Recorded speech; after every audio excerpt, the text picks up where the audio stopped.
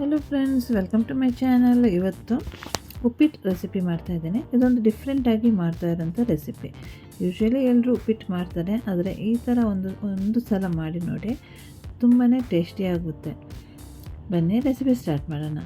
ಇಲ್ಲಿ ಒಂದು ಬಾಣಲೆಯಲ್ಲಿ ಫಸ್ಟ್ ನಾನು 2 ಟೇಬಲ್ ಸ್ಪೂನಷ್ಟು ಎಣ್ಣೆನ ಹಾಕ್ಕೊಂಡಿದ್ದೀನಿ.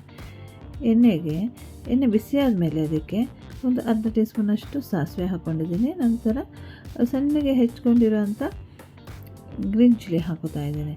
ನಂತರ ಸ್ವಲ್ಪ ಉದ್ದಿನಬೇಳೆ, ಸ್ವಲ್ಪ ಕಡಲೆಬೇಳೆ ಎರಡನ್ನೂ 1 ಟೀ ಸ್ಪೂನ್ ಹಾಕೋಬೇಕು. ನಂತರ ತುರಿದಿರೋ ಅಂಥ ಶುಂಠಿನ ಹಾಕೋತಾ ಇದ್ದೀನಿ 1 ಟೀ ಸ್ಪೂನ್. ನಂತರ ಕರಿ ಲೀವ್ಸ್ ಹಾಕೋತಾ ಇದ್ದೀನಿ. ಈಗ ಇದನ್ನು ಚೆನ್ನಾಗಿ ಸ್ವಲ್ಪ ಬಿಸಿ ಮಾಡ್ಕೊಳ್ಳೋಣ. ಫ್ರೆಂಡ್ಸ್, ನೀವು ನನ್ನ ಚಾನಲ್ನ ಸಬ್ಸ್ಕ್ರೈಬ್ ಮಾಡಿಲ್ಲ ಅಂದರೆ ನನ್ನ ಚಾನಲ್ನ ಬೇಗನೆ ಸಬ್ಸ್ಕ್ರೈಬ್ ಮಾಡಿ ನನಗೆ ಸಪೋರ್ಟ್ ಮಾಡಿ. ಮತ್ತು ಪಕ್ಕದಲ್ಲಿ ಬೆಲ್ ಐಕಾನ್ ಇರುತ್ತಲ್ಲ, ಅದನ್ನು ಕೂಡ ಪ್ರೆಸ್ ಮಾಡಿ, ಮತ್ತೆ ಆಲ್ಗೆ ಕ್ಲಿಕ್ ಮಾಡಿ. ಆಲ್ಗೆ ಕ್ಲಿಕ್ ಮಾಡಿದರೆ ನಾನು ನೀವು ವೀಡಿಯೋಸ್ ಅಪ್ಲೋಡ್ ಮಾಡಿದಾಗ ನಿಮಗೆ ನೋಟಿಫಿಕೇಷನ್ ಬರುತ್ತೆ. ಈಗ ಇದು ನೋಡಿ, ನಾನು 1 ಈರುಳ್ಳಿನ ಈ ಥರ ಸಣ್ಣಗೆ ಕಟ್ ಮಾಡಿ ಹಾಕುತ್ತಾ ಇದ್ದೀನಿ. ಈರುಳ್ಳಿನ ಒಂದು 30 ಸೆಕೆಂಡ್ ಫ್ರೈ ಮಾಡ್ಕೊಳ್ಳೋಣ. ತುಂಬ ಫ್ರೈ ಮಾಡಬೇಕಾಗಿಲ್ಲ, ಸ್ವಲ್ಪ ಸ್ಮೂತ್ ಆದರೆ ಸಾಕು, ಸ್ವಲ್ಪ ಸ್ಮೂತ್ ಆದರೆ ಸಾಕು, ಜಾಸ್ತಿ ಏನೋ ಫ್ರೈ ಮಾಡಬೇಕು ಅಂತಿಲ್ಲ. ಒಂದು 30 ಸೆಕೆಂಡ್ ಫ್ರೈ ಮಾಡಿದ್ರೆ ಸಾಕಾಗುತ್ತೆ. ಇದೊಂದು ಟೇಸ್ಟಿ ಆಗುವಂಥ ರೆಸಿಪಿ. ಯಾವಾಗಲೂ ನಾವು ಉಪ್ಪಿಟ್ಟನ್ನ ಮಾಡಿರ್ತೀವಿ, ಫಸ್ಟ್ ರವಾನ ಸ್ವಲ್ಪ ಫ್ರೈ ಮಾಡಿಕೊಂಡು ನಂತರ ಉಪ್ಪಿಟ್ಟು ಮಾಡ್ತೀವಿ. ಆದರೆ ಇಲ್ಲಿ ನಾನು ಸ್ವಲ್ಪ ಡಿಫ್ರೆಂಟಾಗಿ ಮಾಡ್ತಾಯಿದ್ದೀನಿ, ತುಂಬ ಟೇಸ್ಟಿಯಾಗುತ್ತೆ. ನೋಡಿ, ಇದು ಈ ಥರ ಒಂದು ಸಲ ಮಾಡಿ ನೋಡಿ. ಈಗ ನೋಡಿ, ನಾನು ಕ್ಯಾರೆಟ್ ಮತ್ತು ಬೀನ್ಸ್ ತೊಗೊಂಡಿದ್ದೀನಿ, ಸಣ್ಣಗೆ ಕಟ್ ಮಾಡಿದ್ದೀನಿ ಕ್ಯಾರೆಟ್ ಮತ್ತು ಬೀನ್ಸನ್ನು. ಅದನ್ನು ಹಾಕೋತಾ ಇದ್ದೀನಿ. ಅದನ್ನು ಸ್ವಲ್ಪ ಫ್ರೈ ಮಾಡ್ಕೋಬೇಕು ಎಣ್ಣೆಯಲ್ಲಿ, ಒಂದು 1 ಮಿನಿಟ್ ಫ್ರೈ ಮಾಡ್ಕೋಬೇಕು. ಇಲ್ಲಿ ಸ್ವಲ್ಪ ಈಗ ಉಪ್ಪು ಹಾಕೋತಾ ಇದ್ದೀನಿ, ಯಾಕಂದರೆ ತರಕಾರಿಗೆಲ್ಲ ಉಪ್ಪು ಬೇಕಲ್ಲ, ಅದಕ್ಕೋಸ್ಕರ ಹಾಕ್ತಾಯಿದ್ದೀನಿ. ನೋಡಿ, ಈಗ ಸ್ವಲ್ಪ ಹಾಕಿದ್ದೀನಿ, ಬೇಕು ಅಂದರೆ ನೆಕ್ಸ್ಟ್ ನಂತರ ಹಾಕೋಬೋದು. ಈಗ ನೋಡಿ, ಇದನ್ನು ಫ್ರೈ ಮಾಡ್ಕೋಬೇಕಲ್ಲ. ಮತ್ತು ಸ್ವಲ್ಪ ಹಸಿ ಬಟಾಣಿ ಕೂಡ ಹಾಕಿದ್ದೀನಿ, 1 ಹಿಡಿಯಷ್ಟು ಹಾಕಿದ್ರೆ ಸಾಕು. ಇಲ್ಲಿ ಕ್ಯಾರೆಟ್ ಆದರೂ ಅಷ್ಟೇ, 1 ಕ್ಯಾರೆಟು ಮತ್ತು ಒಂದು 10ರಿಂದ 15 ಬೀನ್ಸ್ ಅಷ್ಟನ್ನು ಸಣ್ಣಗೆ ಕಟ್ ಮಾಡಿ ಹಾಕ್ಕೊಂಡಿದ್ದೀನಿ. ಈಗ ಇದನ್ನು ಒಟ್ಟಿಗೆ ತರಕಾರಿ ಫ್ರೈ ಮಾಡ್ಕೋಬೇಕು. ಇದನ್ನು ಎಣ್ಣೆಯಲ್ಲಿ ಫ್ರೈ ಮಾಡಿ ನಾವು ಇದನ್ನು ಬೇಯಿಸ್ಕೋಬೇಕು. ತುಂಬ ಟೇಸ್ಟಿ ಆಗುತ್ತೆ ಈ ಥರ ಮಾಡಿದರೆ. ಸ್ವಲ್ಪ ಒಂದು 1 or 2 ಮಿನಿಟ್ಸ್ ಫ್ರೈ ಮಾಡ್ಕೋಬೇಕು. ಈಗ ನೋಡಿ, ಚೆನ್ನಾಗಿ ಬಾಡಿದೆ ಎಲ್ಲ, ತರಕಾರಿ ಎಲ್ಲ ಆಲ್ರೆಡಿ ಕುಕ್ ಆಗಿದೆ. ಈಗ ಒಂದು ಅರ್ಧ ಟೊಮೆಟೊನ ಹಾಕೋತಾ ಇದ್ದೀನಿ. ಅರ್ಧ ಟೊಮೆಟೊ ಹಾಕಿದ್ರೆ ಸಾಕಾಗುತ್ತೆ. ಜೊತೆಲಿ ಈಗ ಒಂದು 4 ಟೀ ಸ್ಪೂನಷ್ಟು ಅರಿಶಿನ ಪುಡಿ ಹಾಕೋತಾ ಇದ್ದೀನಿ.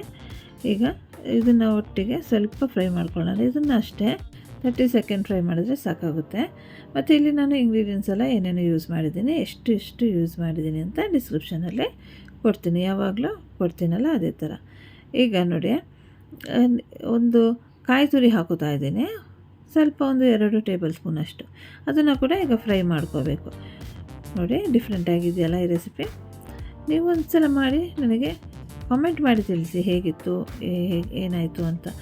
ಕಾಮೆಂಟ್ ಮಾಡಿ ತಿಳಿಸಿದರೆ ನಮಗೂ ಮೋಟಿವೇಟ್ ಮಾಡಿದಾಗ ಆಗಿರುತ್ತೆ ಮತ್ತೆ ನೀವು ರೆಸಿಪಿ ಎಲ್ಲ ಹಾಕೋಕ್ಕೆ. ನೋಡಿ, ಈಗ ನಾನು 1 ಗ್ಲಾಸಷ್ಟು ರವೆನ ಹಾಕೋತಾ ಇದ್ದೀನಿ. ಉಪ್ಪಿಟ್ಟು ಮಾಡೋಕ್ಕೆ ನಾವು ದಪ್ಪ ರವೆ ಯೂಸ್ ಮಾಡ್ತೀವಲ್ಲ, ಅದನ್ನು ಹಾಕೋತಾ ಇದ್ದೀನಿ. ನಾನು ಇದನ್ನೇನು ಫ್ರೈ ಮಾಡ್ಕೊಂಡಿಲ್ಲ, ಈಗ ಫ್ರೈ ಮಾಡ್ಕೋತಾ ಇದ್ದೀನಿ ಎಣ್ಣೆ ತರಕಾರಿ ಜೊತೆಯಲ್ಲಿ. ನೋಡಿ, ಇದೊಂದು ಡಿಫ್ರೆಂಟಾಗಿರೋಂಥ ರೆಸಿಪಿ. ಯಾವಾಗಲೂ ನಾವು ರವೆನ ಫಸ್ಟ್ ಫ್ರೈ ಮಾಡಿ ಇಟ್ಕೋತೀವಲ್ಲ, ಆದರೆ ಇಲ್ಲಿ ನಾನು ಇದ್ರ ಜೊತೆಯಲ್ಲಿ ತರಕಾರಿ ಜೊತೆಯಲ್ಲಿ ಫ್ರೈ ಮಾಡ್ಕೋತಾ ಇದ್ದೀನಿ. ಈ ಥರ ಒಂದು ಸಲ ಮಾಡಿ ನೋಡಿ. ಮತ್ತೆ ಏನು ಗೊತ್ತಾ ಫ್ರೆಂಡ್ಸ್, ಈ ವಿಡಿಯೋ ಇಷ್ಟ ಆಗಿದರೆ ಒಂದು ಥಮ್ಸ್ ಅಪ್ ಕೊಡಿ. ಅಲ್ಲಿ ಕೆಳಗಡೆ ಒಂದು ಲೈಕ್ ಬಟನ್ ಇರುತ್ತಲ್ಲ, ಈ ವಿಡಿಯೋ ಪ್ಲೇ ಆಗುತ್ತಲ್ಲ, ಅದ್ರ ಕೆಳಗಡೆ ಒಂದು ಲೈಕ್ ಬಟನ್ ಇರುತ್ತಲ್ಲ, ಅದನ್ನು ಪ್ರೆಸ್ ಮಾಡಿ. ಅದು ಫ್ರೀ ಆಫ್ ಕಾಸ್ಟ್. ನೀವು ಲೈಕ್ ಮಾಡಿದರೆ ನಮಗೆ ಇನ್ನೂ ಮೋಟಿವೇಟ್ ಮಾಡಿದಾಗ ಆಗುತ್ತೆ. ಈಗ ನೋಡಿ, ಸ್ವಲ್ಪ ಖಾರ ಇರಲಿ ಅಂತ ಗ್ರೀನ್ ಚಿಲ್ಲಿ ಹಾಕಿದ್ದೀನಿ. ನಾನು ಫಸ್ಟು ಕೂಡ ಹಾಕಿದ್ದೆ ಗ್ರೀನ್ ಚಿಲ್ಲಿ, ಸಣ್ಣಗೆ ಕಟ್ ಮಾಡಿ, ಮತ್ತು ಈಗಲೂ ಕೂಡ ಹಾಕೋತಾ ಇದ್ದೀನಿ. ಈಗ ನೋಡಿ, 3 ಗ್ಲಾಸಷ್ಟು ಬಿಸಿ ನೀರನ್ನು ಹಾಕ್ಕೊಂಡಿದ್ದೀನಿ. ರವೆ ಫ್ರೈ ಆಗಬೇಕು, ಗೊತ್ತಾಗುತ್ತಲ್ಲ ರವೆ ಫ್ರೈ ಆಗಿದೆ ಅಂತ. ಅದು ಕಲರ್ ಸ್ವಲ್ಪ ಚೇಂಜ್ ಆಗುತ್ತೆ, ಸ್ವಲ್ಪ ಕ್ರಿಸ್ಪಿ ಥರ ಆಗುತ್ತೆ. ಆವಾಗ ನಾವೇನು ಮಾಡಬೇಕು ಅಂದರೆ ಬಿಸಿ ನೀರನ್ನು ಹಾಕೋಬೇಕು.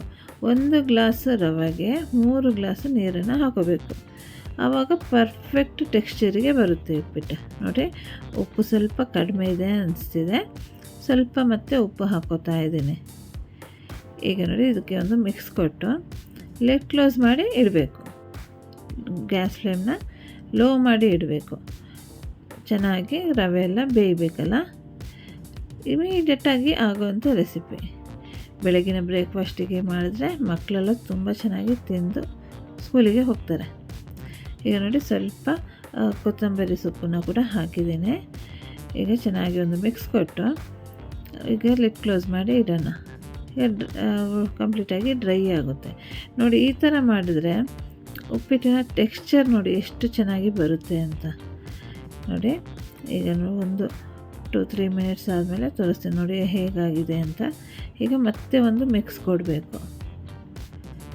ನೋಡಿ, ಮಿಕ್ಸ್ ಕೊಡ್ತಾಯಿದ್ದೀನಿ. ಲಾಸ್ಟಲ್ಲಿ ಸ್ವಲ್ಪ ಒಂದು ಇಂಗ್ರೀಡಿಯೆಂಟ್ಸ್ ಹಾಕೋಕ್ಕಿದೆ, ಅದು ಏನು ಅಂತ ನಂತರ ತೋರಿಸ್ತೀನಿ. ಈಗ ಒಂದು ಮಿಕ್ಸ್ ಕೊಡಬೇಕು. ಫಸ್ಟ್ ಅಲ್ಲಿ ಗ್ಯಾಸ್ ಫ್ಲೇಮ್ನ ಮಾತ್ರ ಲೋ ಅಲ್ಲೇ ಇಟ್ಟಿರಬೇಕು. ಲಾಸ್ಟಲ್ಲಿ ಸ್ವಲ್ಪ ಲಿಂಬೆ ರಸ ಹಾಕಬೇಕು. ಇದರಿಂದ ಟೇಸ್ಟ್ ಎನ್ಹ್ಯಾನ್ಸ್ ಆಗುತ್ತೆ, ತುಂಬ ಚೆನ್ನಾಗಾಗುತ್ತೆ. ನಂತರ 1 ಟೇಬಲ್ ಸ್ಪೂನಷ್ಟು ತುಪ್ಪನ ಹಾಕೋತಾ ಇದ್ದೀನಿ. ಈ ಥರ ಮಾಡೋದ್ರಿಂದ ರೆಸಿಪಿ ತುಂಬ ಚೆನ್ನಾಗಾಗುತ್ತೆ. ಈಗ ನೋಡಿ, ಒಂದು ಮಿಕ್ಸ್ ಕೊಡೋಣ ಲಾಸ್ಟಲ್ಲಿ. ಈಗ ಗ್ಯಾಸ್ ಫ್ಲೇಮ್ನ ಆಫ್ ಮಾಡಬೇಕು ಈ ಸ್ಟೇಜಲ್ಲಿ. ಈಗ ಚೆನ್ನಾಗಿ ಮಿಕ್ಸ್ ಕೊಟ್ಟು ಲಿಡ್ ಕ್ಲೋಸ್ ಮಾಡಿ ಹಾಗೆ ಬಿಡೋಣ. ಒಂದು 5 ಮಿನಿಟ್ಸ್ ಹಾಗೆ ಬಿಡಬೇಕು. ನಂತರ ಸರ್ವ್ ಮಾಡ್ಬೋದು. ನೋಡಿ, ಟೆಕ್ಸ್ಚರ್ ನೋಡಿ ಎಷ್ಟು ಚೆನ್ನಾಗಿ ಬಂದಿದೆ ಅಂತ. ಟೇಸ್ಟ್ ಕೂಡ ಅಷ್ಟೇ ಚೆನ್ನಾಗಿರುತ್ತೆ. ನೀನು ಒಂದು ಸಲ ಮಾಡಿ ನನಗೆ ಕಾಮೆಂಟ್ ಮಾಡಿ ತಿಳಿಸಿ ಹೇಗಿತ್ತು ಅಂತ. ಮತ್ತು ಫ್ರೆಂಡ್ಸ್, ಸಬ್ಸ್ಕ್ರೈಬ್ ಮಾಡೋದನ್ನು ಮಾತ್ರ ಮರಿಬೇಡಿ, ತಪ್ಪದೆ ಸಬ್ಸ್ಕ್ರೈಬ್ ಮಾಡಿ. ನೋಡಿ, ಉಪ್ಪಿಟ್ಟು ರೆಡಿ ಆಯಿತು. ಈಗ ಇದನ್ನು ಸರ್ವ್ ಮಾಡಬೇಕಲ್ಲ. 5 ಮಿನಿಟ್ಸ್ ಆಗಲಿ ಲಿಡ್ ಕ್ಲೋಸ್ ಮಾಡಿ ಗ್ಯಾಸ್ ಫ್ಲೇಮ್ ಆಫ್ ಮಾಡಿದ್ದೀನಿ. 5 ಮಿನಿಟ್ಸ್ ಆದಮೇಲೆ ಸರ್ವ್ ಮಾಡೋಣ. ನೋಡಿ, ಎಷ್ಟು ಚೆನ್ನಾಗಿ ಕಾಣಿಸ್ತಾ ಇದೆ. ಟೇಸ್ಟ್ ಕೂಡ ಅಷ್ಟೇ ಚೆನ್ನಾಗಿರುತ್ತೆ. ನೀವು ಒಂದು ಸಲ ಟ್ರೈ ಮಾಡಿ ನೋಡಿ.